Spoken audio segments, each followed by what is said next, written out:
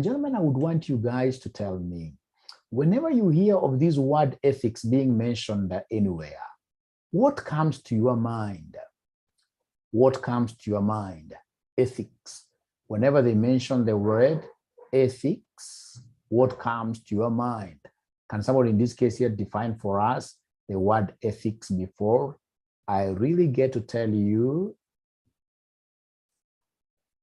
Yeah. If you're asked to define ethics, what do you tell us, ladies and gentlemen, do this school of thought of ethics talk about? Remember, ladies and gentlemen, this is quite deep for you. This is quite deep for you. We have two types of ethics here. We have what we call teleological ethics, teleological ethics, and then we have what we call deontological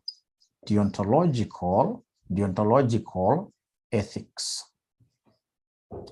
Now, assuming, ladies and gentlemen, that today,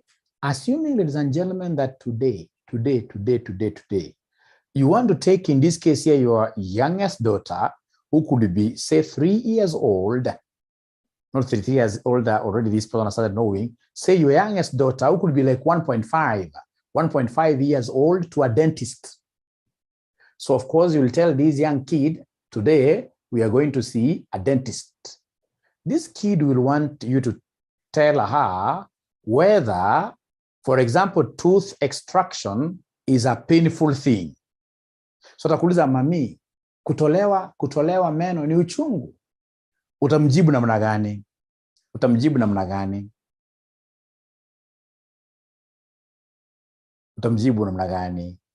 Utamwambia hapana.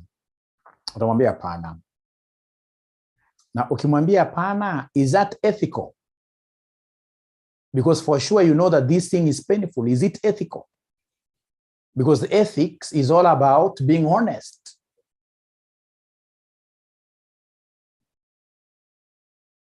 Being honest in all situations. Lakini ukimwambia te uchungu kadogo, is it true kwamba ni uchungu kadogo ama kutolewa meno is a very serious, a painful thing? Right? So in this case here, ladies and gentlemen, at times, we may be required to be a little bit dishonest so that at the end of the day, what matters is the end. The end in this case here will justify the means. So long as in this case here we've got some means to an end. What do we want to achieve? So then if that is the case, then that school of thought of ethics is called teleological. At times in this case here, I may be forced to lie simply because I would want to achieve some objective which is good. You see, the end of it is good. I would want this kid here to heal up. Right? The end is good, but in between here, the conduit here may not be right. Remember this story, ladies and gentlemen. Yeah, we shall give you the handout. Don't worry, we shall give you the handout. Remember this story of some gentleman. This gentleman, the gentleman here that I'm talking about, is all over in the media. I'll be able to send you a clip of this guy. This guy had a sick wife. The wife had some finite number of days she could live. She could only, in this case here, elongate her life on this world if she got some specific drug. So this gentleman wanted her wife, of course, out of the love he had for the wife, wanted this wife here to stay with him for a longer period. She had cancer, terminal disease. So she went to hospital, diagnosis, cancer, rare cancer, and the type of medicine she needs is found in this particular chemist. So in that particular chemist, the pharmacist saw a very big opportunity because he had never gotten anybody coming to ask for that kind of a drug. Because as I've told you, that drug was for a very rare cancer disease. And it was the only drug. So then this guy, the pharmacist, told this husband of this great lady who was almost going to the drain, 6 feet, and unfortunately, so he told this guy, yes, the drug is available, but how much? $1 million. $1 million. This was a poor man. Akaita mchango ya community mzima. Watu wakachanga hata ikufika $200,000. Akarudi kwa hiyo pharmacy, akawaambia nimejaribu, nimepata $200,000. Ule akamwambia not less than $1 million. If it's less than $1 million, even if it's by a penny, I'll not give you this drug. Remember, the days are moving on. The lady is straight away looking at what here, her grave. So jamaa akasema kwani iko nini? Akaenda usiku kwa hiyo chemist, alikuwa shawa na mali drug imewekwa, akavunja, akaiba ile dawa. Akapatia mama, mama alipokunywa kweli akarudi uhai vizuri. Akapata nguvu vizuri. Right? So of course the following day pharmacy alipofungua akapata chemist imevunjwa, akaangalia ile dawa, akapata dawa kuna. The suspect ilikuwa nani? Yule jamaa. Katafuta polisi, jamaa akawekwa ndani. Akapelekwa kwa judge. So jamaa akaelezea judge, hakukataa, akaambia judge exactly what happened and why he had to steal. So wewe ukiwa judge, hebu hukumu jamaa. Hebu utamhukumu vipi? What kind of judgment are you going to pass against this guy?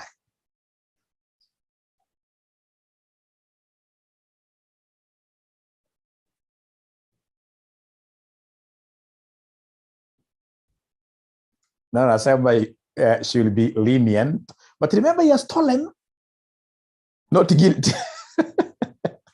Has this person not stolen? Has this person not stolen? Has this person not stolen? So, all right. What at the end of the day, ladies and gentlemen, he took, but remember, he has not paid value for whatever he has consumed. Burglary. He's broken into somebody's business, right? So, ladies and gentlemen,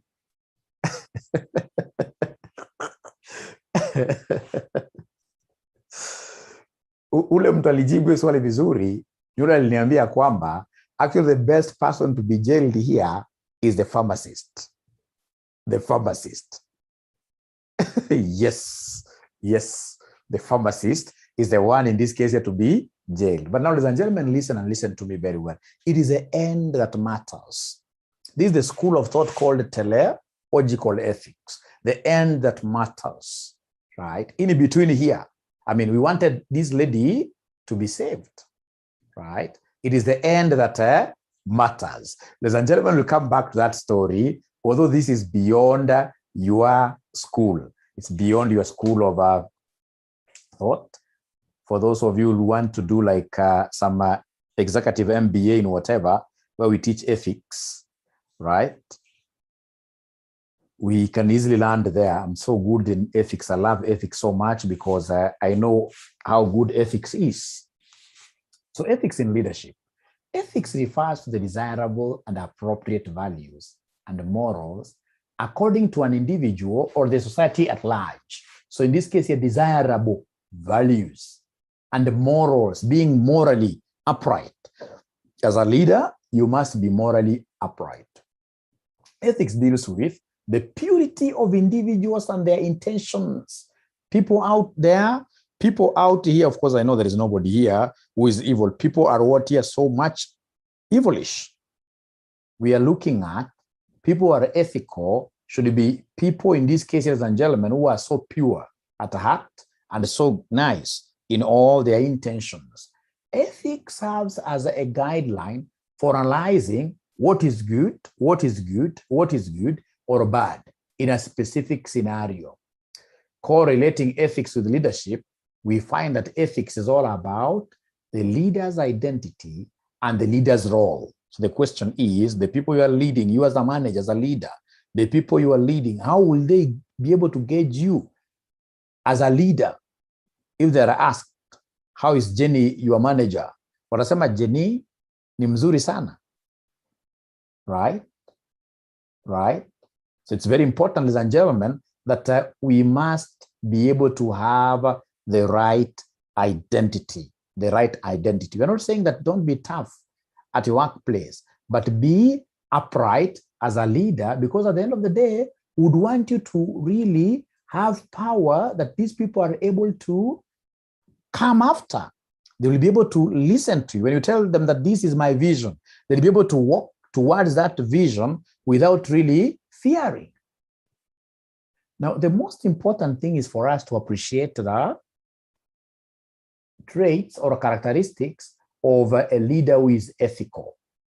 This person must be very respectful. You respect everybody in your organization. As a leader, you must respect everybody, right? He respects others. An ethical leader should not use his followers as a medium to achieve his personal goals. He should respect their feelings, the concept of empathy. Respecting the followers implies listening effectively to them, being compassionate to them, as well as being liberal in hearing opposing viewpoints. In short, it implies treating the followers in a manner that authenticate their values and respect people.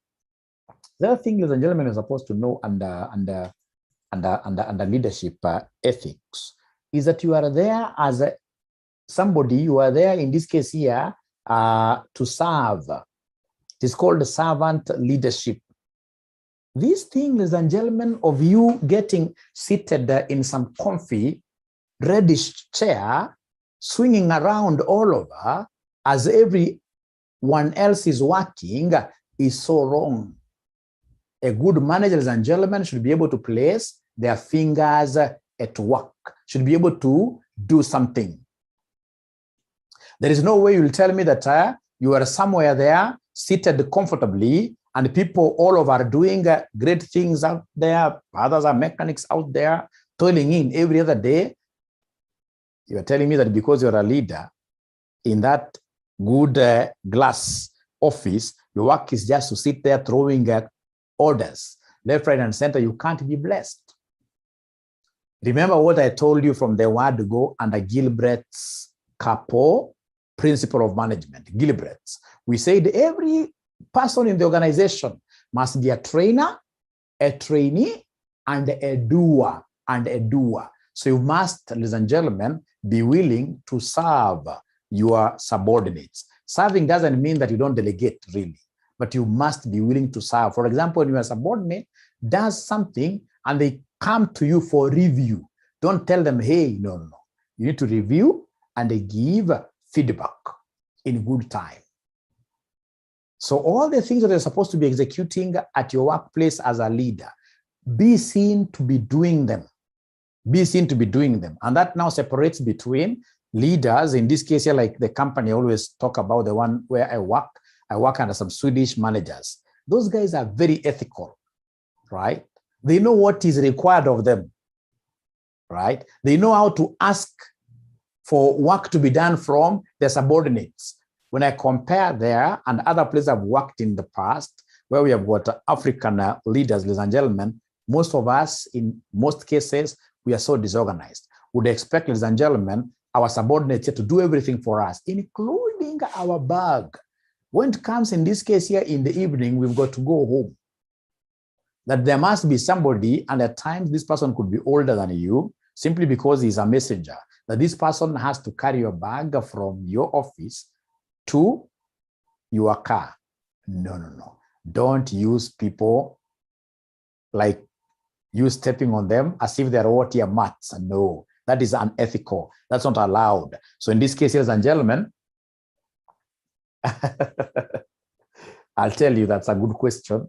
I'll be able to tell you, ladies and gentlemen, justice. Be fair, be just. In this case here, ladies and gentlemen, be impartial. Be impartial. Ukipata watu wawili, these things happen every other day. Watu wawili wamekimbia kwa ofisi yako, your subordinates wamekimbia kwa ofisi yako mbio, wanaleta allegations hapa na pale. Please listen to all sides before you make a decision. Sasa kusema tunajua sasa wewe ni kisirani sana, mmoja unaonea mmoja. Hapana. right? We are looking for justice. We are looking for justice. Very good. Iko mwenye alibebea bag sana. That's too bad. That's too bad. That's lack of exposure. Somebody who is exposed like myself, I know that in a span of 3-4 years, I'll have some of my subordinates in some other place of work where they will be my seniors, right? You'll have someone like, for example, like Uhuru Kenyatta, Minister of Finance sometime, working below some people. After some time, this guy becomes the president, right? So if this guy was carrying your bag throughout now and he has become your president, what happens, right? So the concept of building other people, building communities is quite a nice thing for you to think of. Don't be a person, ladies and gentlemen, who destroys value. Don't be a person, ladies and gentlemen, who destroys what you value at the workplace. You're building people, you're building your staff, you're building communities around you. That is something that is right for each one of us to do. However, ladies and gentlemen, when we talk of leadership for our case here, there are things that I would want you to always remember. The ethical principles of accountants. Ethical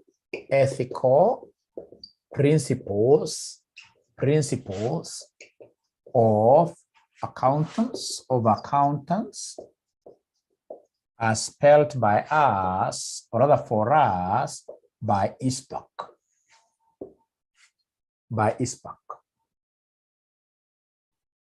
The first one, if you want, an accountant is a leader. At the workplace, an accountant, a senior accountant, finance manager, straight away, you become like a director. Even if you're not a director, by virtue that you are serving, you are giving information to the board. You are a senior manager. And there is a way that a senior manager should be able to behave in terms of ethics. Number one, it is all about confidentiality. This is the concept of what here? The non-disclosure of information. Non-disclosure of information to third parties. Non-disclosure of information to third parties. Ladies and gentlemen, accountants hawafai kuongea sana. Hapana. Iko wala ambapo mmekuwa accountant lakini hamkuwa mnafaa kuwa accountant because haujui accountant sio mtu kwenda kumix na watu wengi kuongea mambo mengi. Hapana. Unapata, ladies and gentlemen, kuna mwingine, for example, nakumbuka kampuni fulani kwa tunafanya kazi, anakuja tu out of nowhere anakuambia unajua so and so, mtu akuchukua advance. Atachukua advance jana, ameomba ingine leo. Angalia sasa mtu kama anaishi namna gani. Once you start hearing yourself talking like that, then know straight away that you are not meant, ladies and gentlemen, to be an accountant. An accountant, even during your burial, we should be able to bury you with a lot of secrets of the company. Lakini kwa mwingine, akiwa na kitu kadogo ni kama anawashwa. Wewe hukufaa kuwa accountant. Kama hujaambia watu 10 aufurahi. Accounting is all about what here somebody non-disclosure of information to third parties. And in case, ladies and gentlemen, you need to disclose information to third parties, there is that formal channel of whistleblowing you are supposed to follow. And that is why the Masai Mara heist never went on very well. That gentleman, as we speak today, actually alipata kazi tu juzi, he was jobless for some time. The Mara heist. Not that he did something wrong to disclose. The only thing alifanya makosa zaidi is the fact that when he thought of disclosing whatever theft that was going on there, he thought of just calling the media people. That is not how accountants behave. That's not how accountants here channel their grievances. There is always a way. You can think of, for example, your professional body. Get legal advice, right? There is a way. When you call upon like citizen media to come and air some of these stories, then they will be able to air those stories very nicely, juicy to people out there. They'll be able to promote whatever companies want to be promoted because they've gotten a story to tell. But at the end of the day, when the gentleman was being fired, Citizen was nowhere to help him. right? So confidentiality is a key thing. Number two, I've seen somebody remembering this, the concept of integrity. The concept of integrity. Integrity is all about being open and straightforward. Straightforward, straightforward, straightforward in all your dealings. In all your dealings. Always put all your cards on the table. Si tunapiga na wewe deal. Not even deal, tunataka kuandikiana contract, lakini uko na ka special card umeficha. Ndio sasa mtakwambia na kufichia white. No, we must be open and straightforward in all our dealings. And I know here so many accountants fail. How do they fail? Some of us will be called to the board of management to go and, for example, present some information. I know of so many people, whenever they are called upon to go and present some information, they'll even start doing creative accounting. Overstate receivables, because they would want to portray a very good picture. Then you are not meant to be an accountant. An accountant is truthful in all circumstances. How was last month? Bad. We never got any customer. Because if you keep on cheating that, for example, you had a customer, you're carrying over customers, I mean, they reach a time where you will not be able now to lie. Lies, ladies and gentlemen, you can never survive with lies for so long. So integrity is quite an important thing. Number three, ladies and gentlemen, we have the concept of what here? Objectivity. Objectivity is all about what here? Independence. Is all about independence.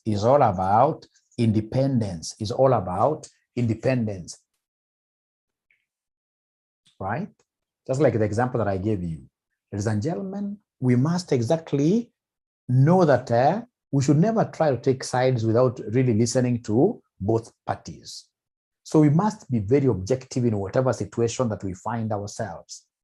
We must be very objective in whatever situation that we find ourselves. We are independent. When you are independent, ladies and gentlemen, it means that your pendulum can swing to either side depending on the evidence that is provided to us. The evidence. So it's evidence. Call upon witnesses, etc. So it means that if I get good evidence suggesting that this particular party never, so my pendulum should be able to swing there. So it's free. It's free. So I must be very objective in whatever that I do. Right? In whatever that I do. Right? Number four, I saw somebody talk over professional behavior. Professional behavior. That is what we call professional behavior. Ladies and gentlemen, remember, the way you behave as a leader in that company of yours should be in a way that at the end of the day, we shall have even the other leaders' credibility going up. People know that leaders of this company are good. How do we behave? Here, so many leaders down.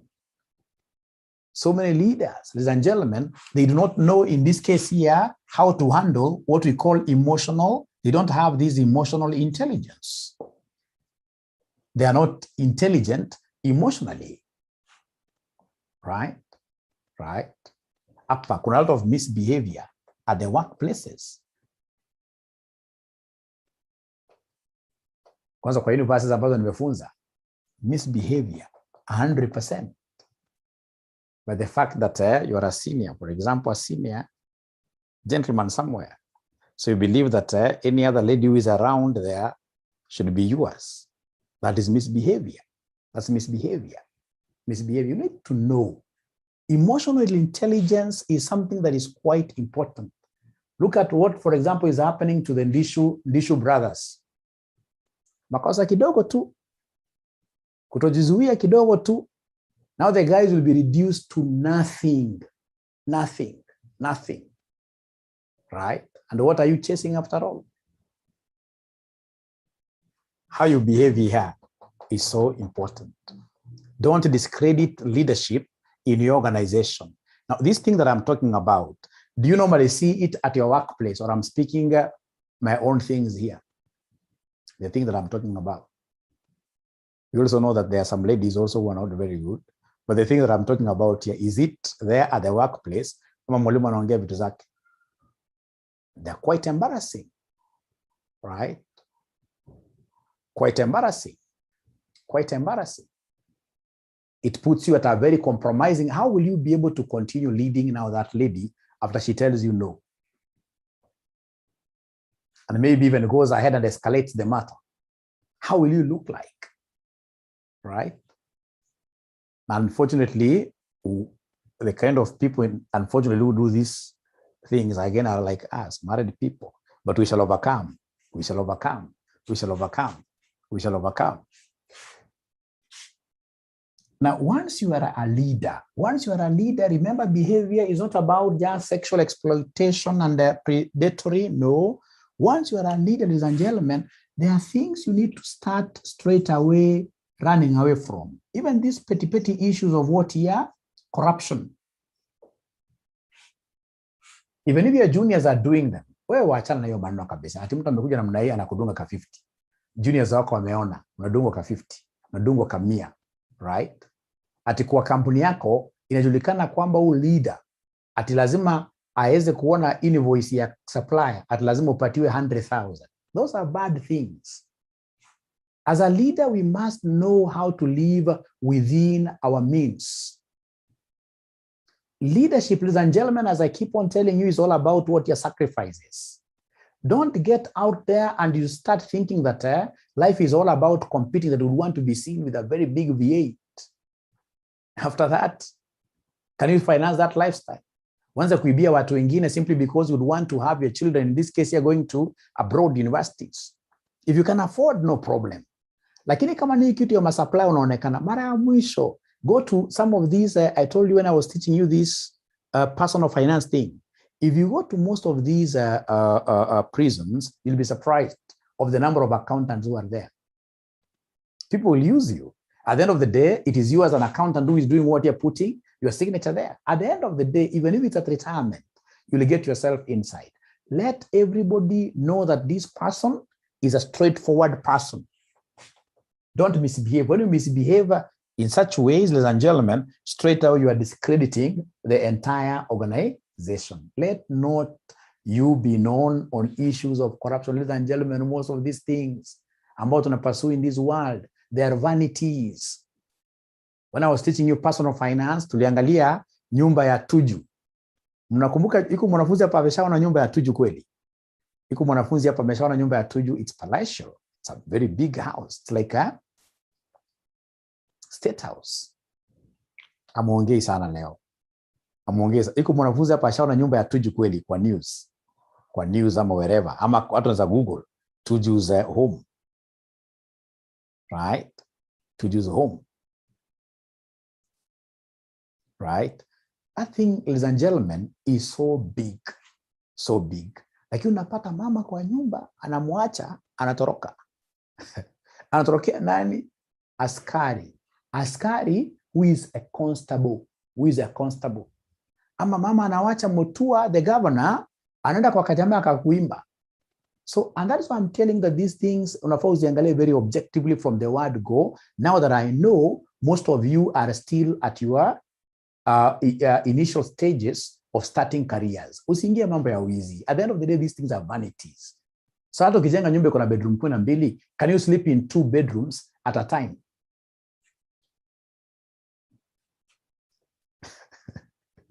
Can you sleep in 2 bedrooms at a time? No.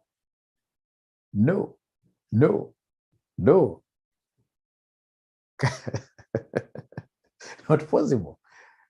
I'm telling you, I've got some other kind of, exposure, which will never make me to think of stealing. Right?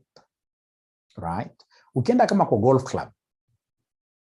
club. Unakuta si mmefanya, for example, mmefika hole number 9. Hole number 9 halfway, kama ni 18 hole golf, mnasimama pale na wazee. Sasa si pale maybe organize buffet, depending on, for example, if it's this Barclays thing, golf tournament, wameorganize buffet. So pale kwa buffet, of course mimi ni amateur golfer, I've just begun. So pale unaona wale matajiri kifika ile buffet, jamaa samaki anasema hii samaki kwa umbali anaangalia vile iko na mafuta. Anaangalia ingine anakata hiyo vitu karibu zote hataki. Anaita chef kando anamwambia taka hapa ni katikati ya kichaka, please chukua samaki moja sijui mtatoa wapi, mniboilie tu normal. And this is a multi-millionaire. Na sasa hivyo unakuta on the other side kuna jamaa mmoja hapa kwa Kibera anakula sahani ngapi ya githeri? 3. Na baada hapo baadaye anatembea hivi akule tena motura. And the guy is very happy. So at the end of the day, between these guys, for example, anaishi Karen, na anaishi Kibera, kusema ukweli, na ana enjoy life.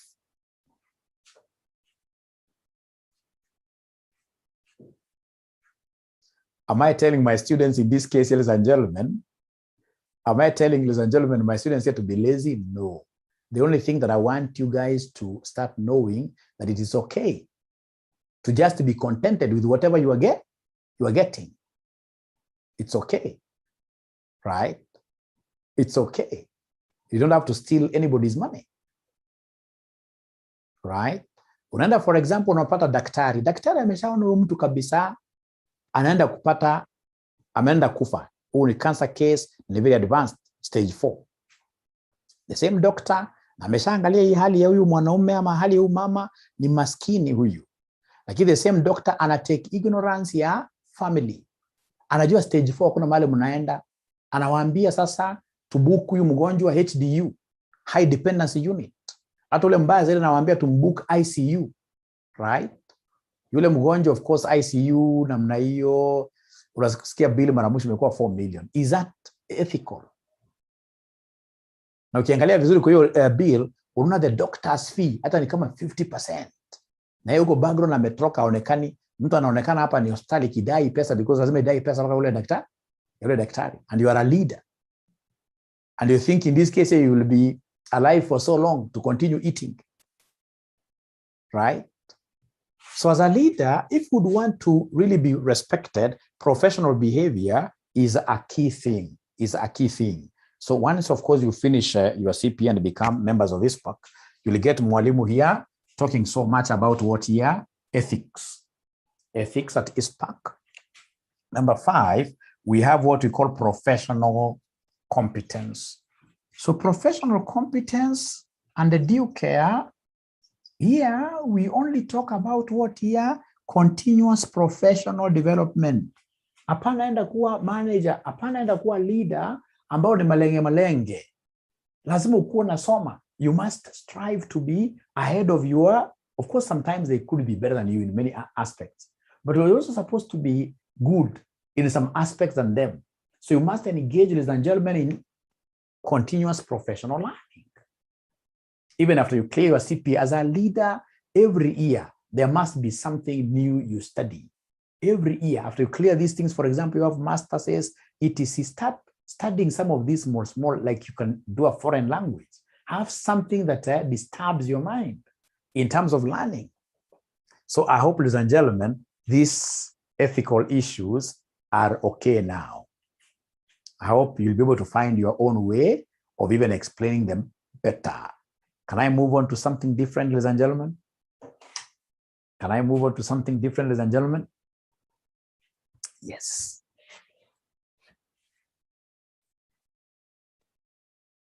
You know, like the professional behavior here, you'll get a manager who books a meeting. This manager books a meeting and he comes in late into that meeting even by 2 hours without any apology. And you think that you've done something that you deserve people to clap for you. You'll pay for that dearly.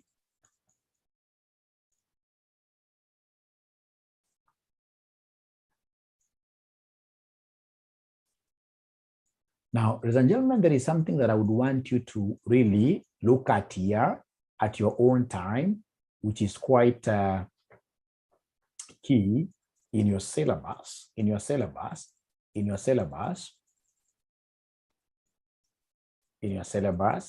this concept of conflict resolution.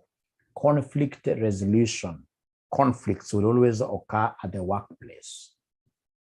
how do you get to be a problem solver as a manager? Which kind of mechanisms are you going to put in place to ensure that disputes, in this case here, will be settled and perhaps they may not occur in the future? So here, if you look at your course outline, they want you to know the concept of conciliation, mediation, arbitration,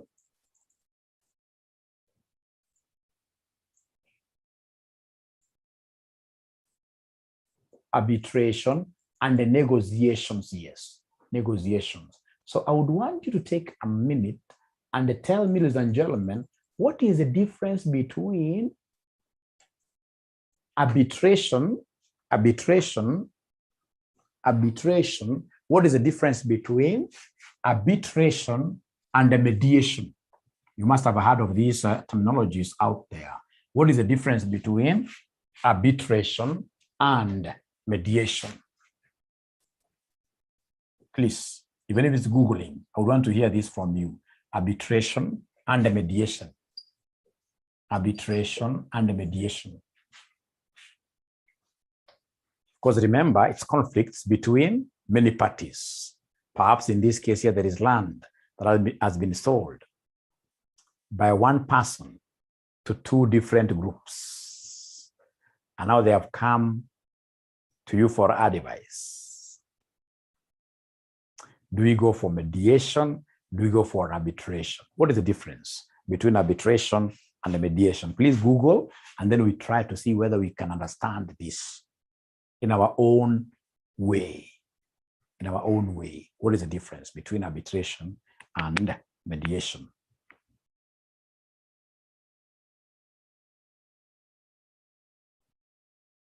I would really, really love to read. Actually, I've gone down just to look for your answers. Arbitration. Perhaps to give you some heads up, one of them is a court process.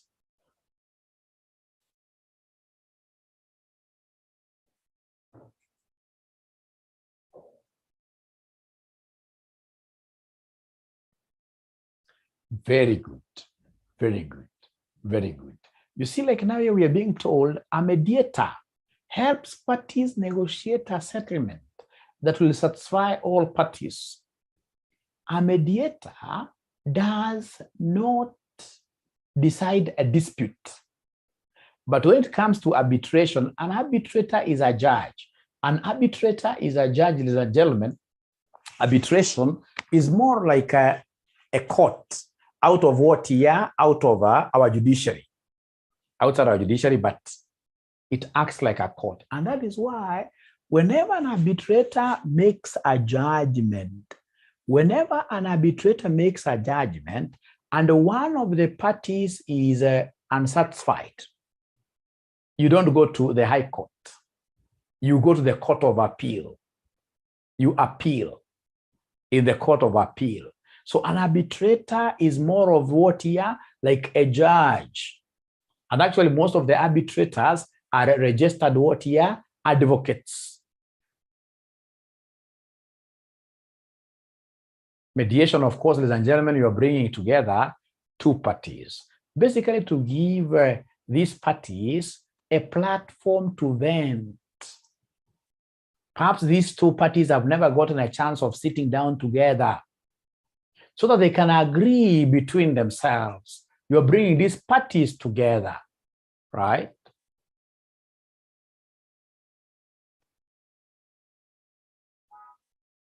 So at the end of the day, the mediator will not really be, whatever conclusion which will be written there, which at the end of the day will be like also a contract, right?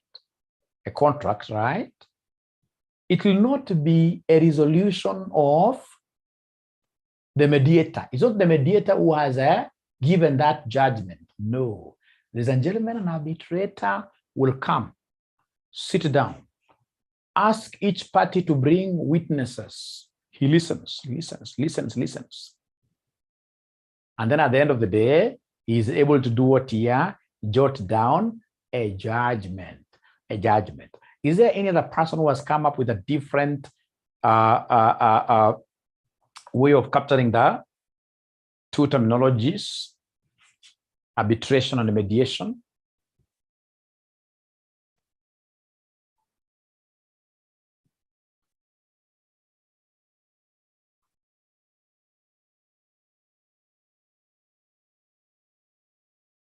But they don't get so much tired. You'll be surprised. I'm going to leave you guys here live in very few minutes, trust you me. I told you today's class is going to be very, very, very, very, very, very short and interesting. Interesting.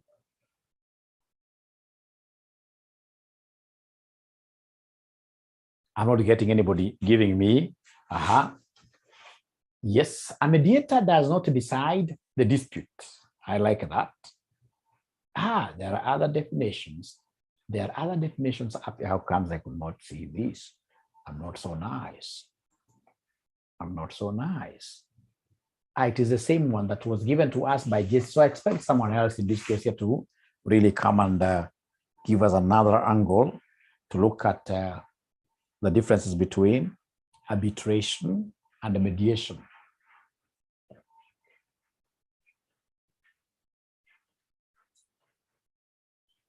Arbitration and mediation.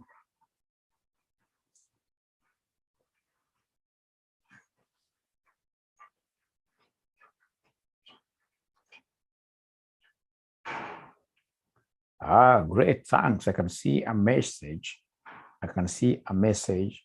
Now, this thing is all about, like I showed you yesterday, it's all about having a broad and a deep understanding. Once you have a broad and deep understanding, then things will be okay. Things will be so much okay. So you're being told here by somebody, arbitration is a formal process and can follow similar procedures to court proceedings, where witnesses can be called and evidence can be presented to argue the parties' respective cases. Is going to conciliation is an informal process and normally involves a round table discussion. Thank you very much. He brought in something quite interesting called the conciliation. Conciliation. And the conciliation is quite informal, just like mediation. Conciliation, a conciliator will try to reconcile two parties. We shall put them on a round table. Again, for conciliation, we are basically giving these two parties, especially whenever, ladies and gentlemen, like couples, most couples will go through some conciliation process whenever they have issues. Whenever they have issues, they'll go through some conciliation exercise. So what is the difference then between conciliation, or are they the same, and the mediation? Are they the same? Somebody, that is your research. That is your area. What is the difference between conciliation and mediation? Conciliation and mediation. Conciliation and mediation. Conciliation and mediation. What is the difference?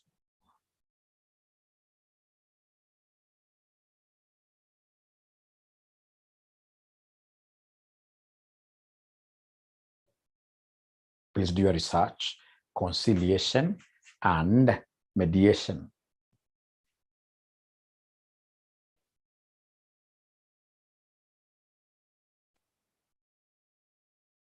I'm waiting. I'm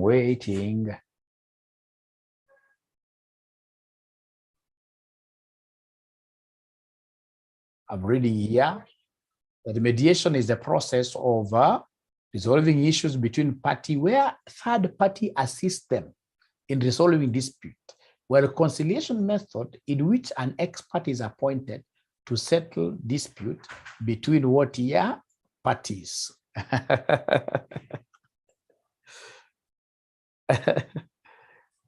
Lynette says, mediation is a form of alternative dispute outside the court. Conciliation is a form of alternative dispute resolution method. It's a process of settling of dispute without litigation. It's an informal process. both the disputed party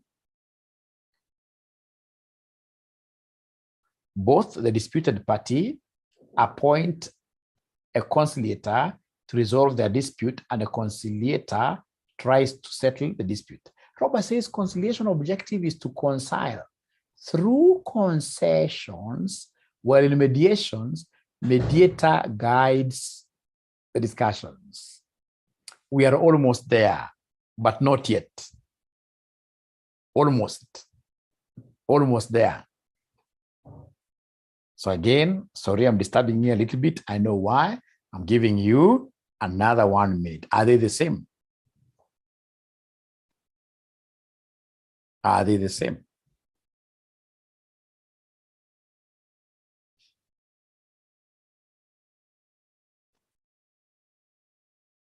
There's really a very thin line between them.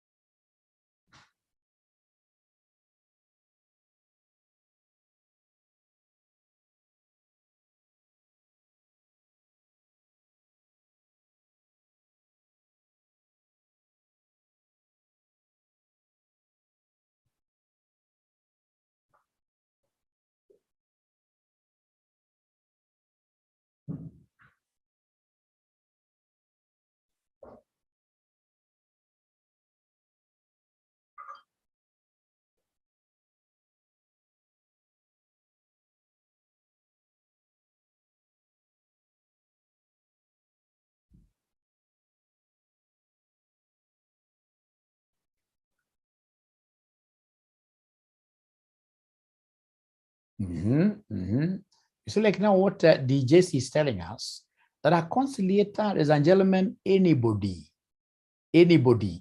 out there can carry this. It does not follow a structure. But mediation is something, ladies and gentlemen, that is so structured, right? For conciliation, so long as you're a good negotiator, you'll be able to do what here, you will be able to really hack it, so long as you are a good negotiator. Right? And then remember the conciliations, for you to be able to reconcile, ladies and gentlemen, there must be some sacrifices you guys are going to make. Right? Everybody must be able to see the ground and for you to meet at the middle. So Pena is telling us, with conciliation, the conciliator will play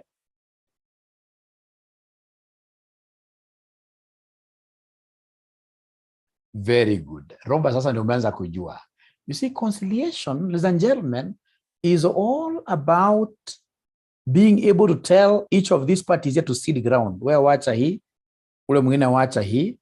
the time in this case here we are coming to meet here at the round table, it's like we have already accepted. Right? But you see, mediation and arbitration are quite similar as well. Because under mediation, ladies and gentlemen, we're going to put these two parties together. Right?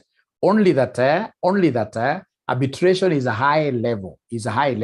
Whatever you agree there, at the end of the day, the arbitrator will be able to provide a judgment. So as Robert is telling us, ladies and gentlemen, mediation shall be meeting the two teams together. Actually, the mediator should be seen to be very impartial. Lakini ya conciliator, tunamjua, ni kama ule wa ile game theory. Conciliator tunajua ameenda kuula akamwambia ule bla bla bla. Ameenda kwa wala ka negotiate now kando. For reconciliation to happen, ladies and gentlemen, there must be sacrifices.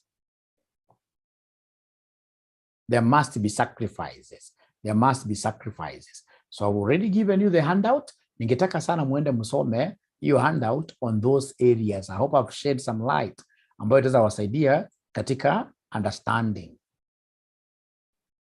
Right. So especially hizo area ni common kwa exam: conciliation, mediation, arbitration. They are very, very common. The other thing that I would want you guys to appreciate as I leave you now, ni concept ya transactional leaders and transformational leaders. Transactional leaders and transformational leaders. Hapa. Tako unisikize vizuri sana. When we talk of transactional leadership, tunamaanishaje transactional leadership? Transactional. From the word transactions. A transactional leader basically is like a leader without feelings. Right? A transactional leader basically is that leader who knows that there are two ways you can make a donkey move forward. Two ways. You can either act on this donkey from behind with a stick. It moves forward. Or you go in front of this donkey and dangle a carrot. Please don't try that at home because donkeys love carrots so much. It can bite your hand. So dangle a carrot like this before the donkey, it moves. So for a transactional leader, ladies and gentlemen, I do not care. Mine is to ensure that my profits are going up. So then what I'll do, as I want all the transactions here in my company to be right, I'll give incentives to the employees. If these employees are able to hit my transactions nicely, I give them like bonuses. If they're not able to hit my targets, I punish them. To me, it is transaction that is everything. I want all my transactions to be right. Most football coaches are transactional leaders. Football coach anakuambia ukiscore ama ukicheza mpira vizuri, anakuambia for example utapata this bonus. Ukiharibu game, for example uende kwa any football game, mahali kuna coach strong, ati wewe uende ushike mpira na handball. ufanye in this case your team will lose because of a handball. No matter what they'll do, they really punish you. Watakuweka bench masiku mingi sana. Au mwingine anakuambia fanya sit-ups, maybe 100 to punish you. These are transactional leaders because to them, it is the end that matters. To them, they're not looking at, we have got people being involved here, right? It is the end. Hata kama utatoa damu, so long as the transactions are right, tukupatie zawadi yako, hata kama utakufa in the process, the end justifies the means. That is a transactional leader.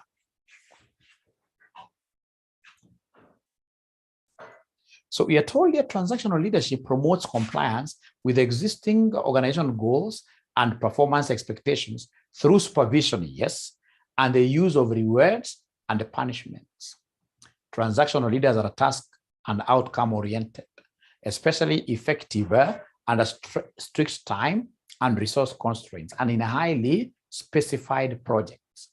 This approach adheres to status quo and employs a form of management that pays close attention to how employees perform their tasks.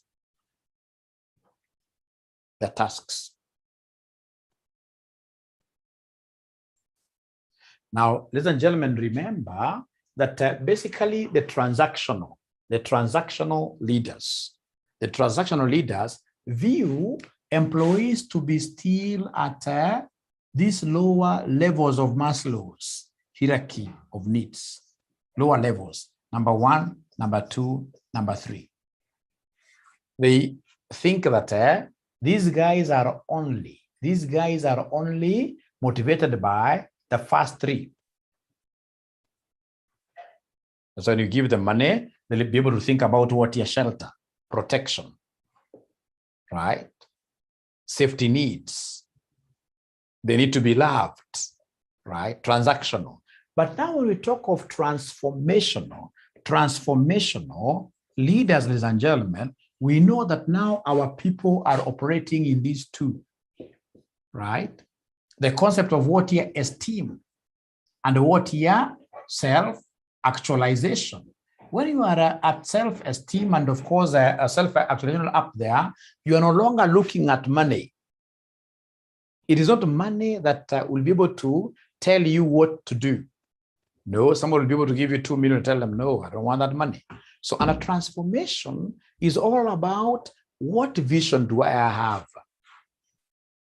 It's all about being able to sell your vision and get people supporting you without giving them any money. So, on a transformational leadership, like we have Barack Obama, anasema, yes, we can. How many people fought for the yes, we can slogan? They were able to see it clearly. Right? In Kenya here, is there any person, you guys amongst all leaders, you'll be able to say he's a transformational leader? He comes up with ideas and people are able to follow really through without using money, or rather, even if they use money, you know, when we talk of transformational leadership, it doesn't have to be like leading people to the right direction. Like Hitler was a transformational leader because he came up with an ideology and the people were able to follow him blindly to their deaths. So please don't tell me that in Kenya we have got none of the leaders being transformational, where in this case here they are able to simply come up with the statements, and so many people are able, even the learned ones, without questioning, they're able in this case here to blindly follow, to blindly. What I say, but to me, I think it's Ruto. I'm not a supporter of Ruto, or rather, I wouldn't even take anybody's voters card, right? But there are those people who will come. You see, like, mtu anakuja anawaambia sasa vijana nita provide kazi 4 million, right? And he has been able to distance himself from the government that is currently drawing what year salary. Some mtu amejea kwa shida hapo ni baba. Baba anasemekana ni ameari. Huyu ameharibu all through. I'm not against anybody. Please get my point here. My point is that this person has come up with a slogan. He's calling it what year? Bottoms up. As much as he's giving money, I'm aware that he is giving money in some places, but trust you me, kama kuna mahali nilienda hapa nikashangaa sana. Hawezi ongea mbaya kuhusu Ruto, na hata hawezi amini. Yaani jamaa wanaona kama huyu jamaa akiingia hiyo kiti ni kama kutoka na free manna from heaven. I don't know. My point is, that is what we call transformational. This guy used to be in this particular area in Jubilee government, but he has been able to, to transform is to change significantly, right? Right? He's been able to change himself, and of course, ladies and gentlemen, distanced himself from this particular thing that is going down to a level again where people are able to praise him, meaning that he'll be able to get, I don't know, right? Transformational. The thing is, where people are able to work for you simply because they would want you to raise their status, simply because, ladies and gentlemen, they believe that whatever idea you have is so nice, they can support it. So you're told transformational leadership. Transformational leadership focuses on increasing employee motivation and engagement, and attempts to link employees' sense of self with the organizational values.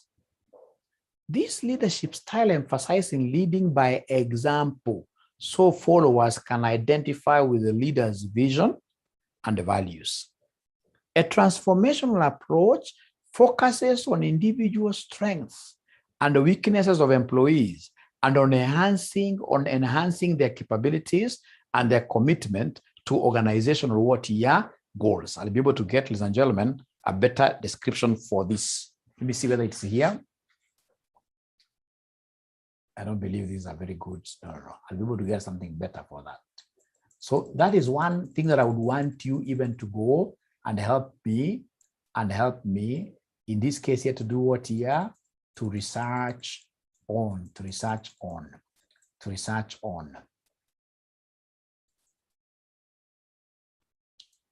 Great. So I think having covered that, ladies and gentlemen, I would need one more session for me to be able to clear this, and of course, be able to move on to the next session.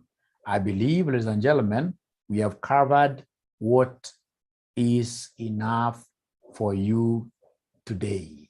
What I'll do, I owe you a few minutes here. I'll be able to even shoot a video regarding this and send it to you. It's about quality. It's not about quantity. Otherwise, thank you very much. Bye-bye. See you tomorrow for advanced financial management. Bye. Good night.